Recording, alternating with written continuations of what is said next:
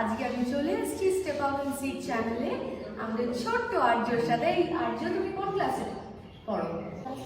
Class 5। কোন school? Krishnanagar high school. তুমি তো শুনলাম নাকি পারফর্মার অফ দ্য ডে হয়েছো step out and sit dance and drawing কন্টেস্টে। তোমার কেমন লাগছে? খুব ভালো লাগছে।